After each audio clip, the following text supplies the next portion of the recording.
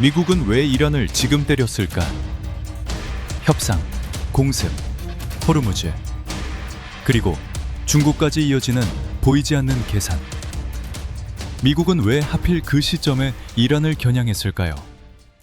더 놀라운 건 그 결정을 내린 사람이 해외 전쟁을 끝내겠다고 수차례 강조해온 트럼프였다는 점입니다. 그런데 어느 새벽, 테헤란 상공에는 미사일이 쏟아졌고 그 여파는 단순히 중동에서 끝나지 않았습니다.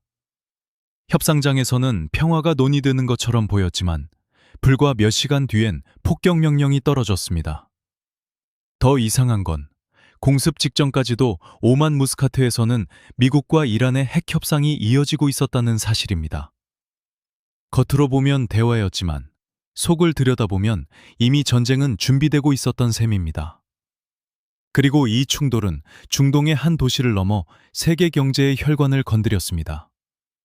호르무즈 해협이 흔들리자 전 세계 원유 물동량이 긴장했고 그 충격은 멀리 떨어진 우리 일상에도 스며들기 시작했습니다.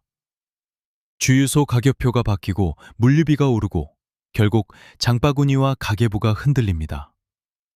남의 나라 전쟁 같지만 실은 내 통장과 연결된 이야기인 겁니다. 오늘 이야기의 핵심은 세 가지입니다. 첫째, 협상이 왜 12시간 만에 폭격으로 뒤집혔는지. 둘째, 트럼프가 왜 전쟁을 줄이기 위해 오히려 공습을 선택했는지. 셋째, 왜 이 사태의 가장 큰 충격이 베이징으로 향하고 있는지입니다.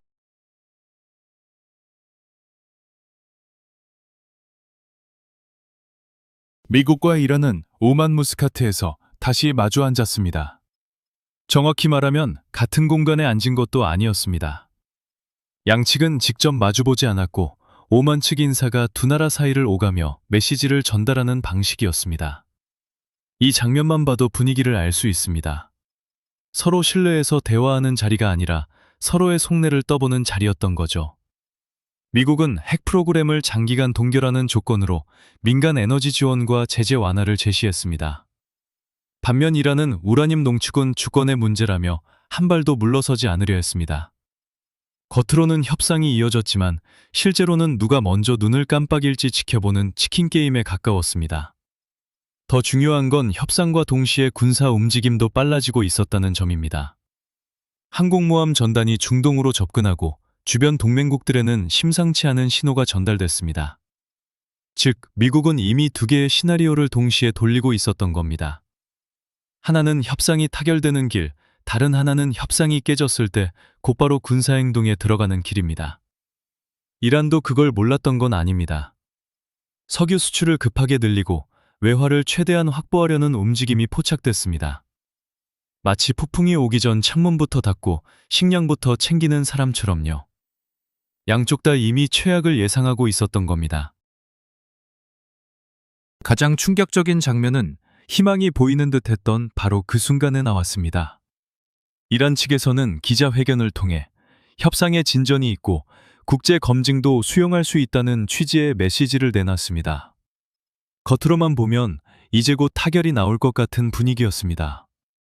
그런데 몇 시간 뒤 미국 쪽에서 전혀 다른 해석이 흘러나옵니다. 미국은 협상장에서 이란이 오히려 핵능력을 과시하며 압박했다고 판단한 겁니다. 대화가 아니라 협박이었다는 것이죠. 바로 여기서 미국의 계산이 달라졌습니다. 협상이 진행될수록 긴장이 낮아진 게 아니라 오히려 지금이 마지막 기회일 수 있다는 인식이 강해졌을 가능성이 큽니다. 결국 트럼프는 공격명령에 서명했고 불과 몇 시간 뒤 테헤란은 미사일 공격을 받게 됩니다. 이 장면이 의미하는 건 단순합니다. 미국은 더 이상 이 문제를 장기 협상으로 끌고 갈 생각이 없었다는 겁니다. 협상으로 핵능력을 묶는 대신 군사력으로 판 자체를 흔들어버리기로 한 거죠. 트럼프는 왜 전쟁을 피하려고 폭격을 선택했을까? 겉으로 보면 모순처럼 보입니다. 해외 전쟁을 줄이겠다는 사람이 왜 이런 공습을 선택했을까요? 하지만 트럼프식 논리로 보면 오히려 그 반대일 수 있습니다.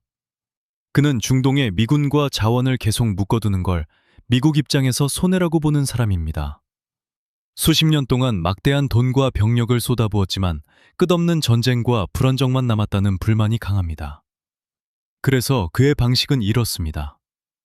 언젠가 빠져나올 거라면 그 전에 가장 위험한 폭탄부터 치워버리자. 이 논리는 전쟁을 확대하자는 게 아니라 오히려 장기 개입을 끝내기 위한 마지막 강수라는 해석으로 이어집니다. 쉽게 말해 집을 비우기 전에 가장 큰 화재 위험 요소부터 제거하겠다는 식입니다. 미국 유권자 다수는 끝이 보이지 않는 해외 전쟁의 피로감을 느껴왔습니다. 아프가니스탄, 이라크, 중동 전반에 대한 피로감은 이미 오래전부터 쌓여 있었죠. 트럼프는 바로 그 감정을 읽고 있습니다. 그래서 이번 행동을 또 다른 전쟁의 시작이 아니라 더 큰 전쟁을 막기 위한 정리 작업으로 포장하려는 겁니다. 그 메시지는 그의 핵심 지지층에게 꽤 먹힐 수 있습니다. 미국 돈, 미국 병력, 미국 희생을 줄이기 위한 마지막 결단이라고 설명할 수 있으니까요. 하지만 전쟁은 폭격 장면만으로 설명되지 않습니다. 진짜 파장은 바다에서 시작됐습니다. 호르무즈 해협, 전 세계 원유 수송의 거대한 통로, 중동산 원유가 글로벌 시장으로 빠져나가는 핵심 관문입니다. 이곳이 막히거나 불안정해진다는 소식만 나와도 시장은 즉각 반응합니다. 실제로 완전히 봉쇄되지 않아도 막힐 수 있다는 공포만으로도 유조선 보험료는 오르고 운임은 뛰고 유가는 불안해집니다. 이란이 미국을 즉 봉토에서 상대하기 어렵다면 가장 현실적인 대응은 바로 이 에너지 동맥을 흔드는 겁니다. 유조선을 위협하고 정유시설을 노리고 해협의 안전성에 의문을 던지는 것만으로도 세계 경제 전체를 불안하게 만들 수 있습니다. 그리고 이 방식은 미국보다 오히려 세계 각국의 소비자들을 먼저 건드립니다. 기름값이 오르면 운송비가 오르고 운송비가 오르면 식료품, 공산품, 항공료까지 다 흔들립니다. 전쟁은 먼 나라에서 벌어지는데 충격은 동네 마트 계산대에서 체감되는 구조가 되는 겁니다. 2026년형 전쟁은 전선만으로 싸우는 전쟁이 아닙니다. 기름값, 환율, 보험료, 물류비가 모두 전장의 일부가 되어버렸습니다. 그런데 가장 아픈 곳은 왜 중국일까? 이번 사태를 보면 표면적으로는 미국과 이란의 충돌입니다. 그런데 구조를 보면 보이지 않는 또 하나의 타깃이 떠오릅니다. 바로 중국입니다. 중국은 이란산 원유의 핵심 구매자입니다. 이란 원유가 막히거나 호르무즈 통과 리스크가 커지면 가장 먼저 에너지 부담이 커지는 나라 중 하나가 중국입니다. 중국 경제는 이미 부동산 불안, 내수 둔화, 성장률 하락으로 체력이 예전만 못하다는 평가를 받고 있습니다. 그런 상황에서 에너지 가격까지 흔들리면 제조업 원가와 수출 경쟁력의 부담이 커질 수밖에 없습니다. 미국 입장에서는 이란 문제를 정리하는 동시에 중국의 숨통을 조일 수 있는 부수 효과를 얻게 되는 셈입니다. 이게 우연이냐는 질문엔 쉽게 답하기 어렵습니다. 하지만 미국의 전략적 초점이 중동에서 아시아로 이동하고 있다는 흐름만큼은 분명합니다. 중동의 부담을 줄이고 아시아와 태평양으로 군사 경제 역량을 집중하는 것. 그 그림 속에서 이란 문제는 그냥 지역 분쟁이 아니라 더 큰 글로벌 전략의 일부일 수 있습니다. 결국 미국은 테헤란에 미사일을 쏘면서 동시에 베이징의 계산기를 두드리게 만든 셈입니다. 여기서 또 하나 주목할 게 있습니다. 미국은 중동을 완전히 버리려는 게 아니라 관리 방식 자체를 바꾸려 한다는 점입니다. 예전처럼 미군이 직접 상시 주둔하며 세계 경찰처럼 모든 문제를 떠안는 모델은 부담이 큽니다.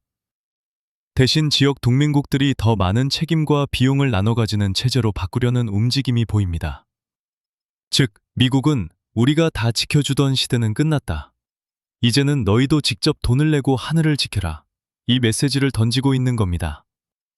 이스라엘과 걸프 국가들 사이의 방공협력, 레이더와 요격 시스템의 통합, 이런 흐름은 모두 그 방향을 가리킵니다. 과거에는 서로 적대하던 국가들이 이란이라는 공통 위협 앞에서 이해관계를 맞추기 시작했습니다.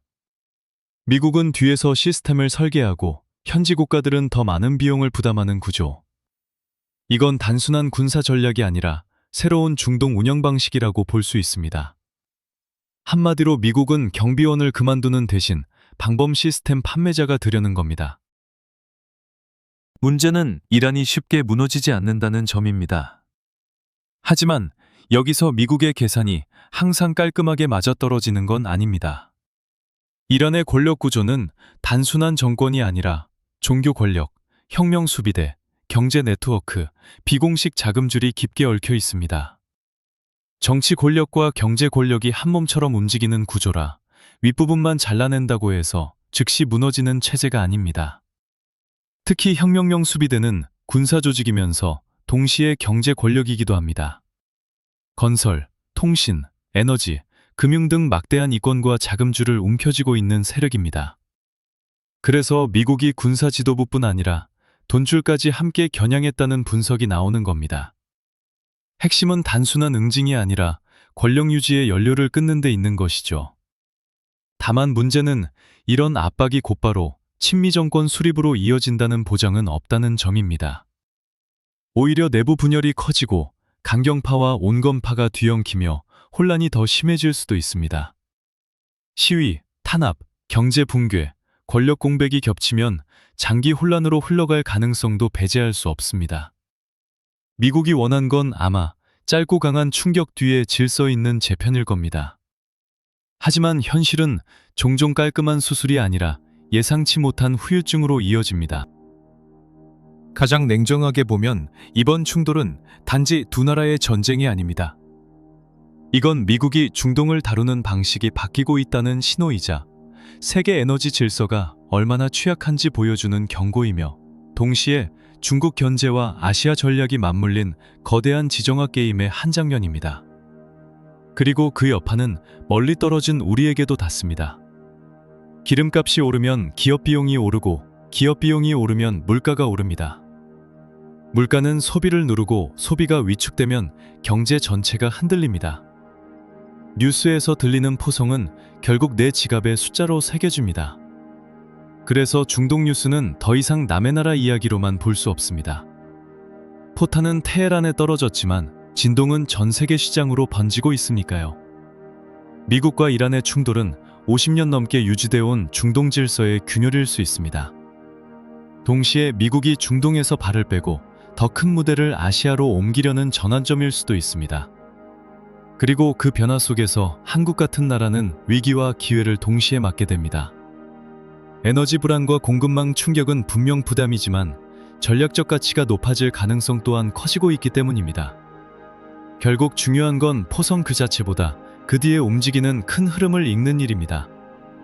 지금 벌어지는 일은 한 번의 공습이 아니라 새로운 세계 질서의 예고편일지도 모릅니다.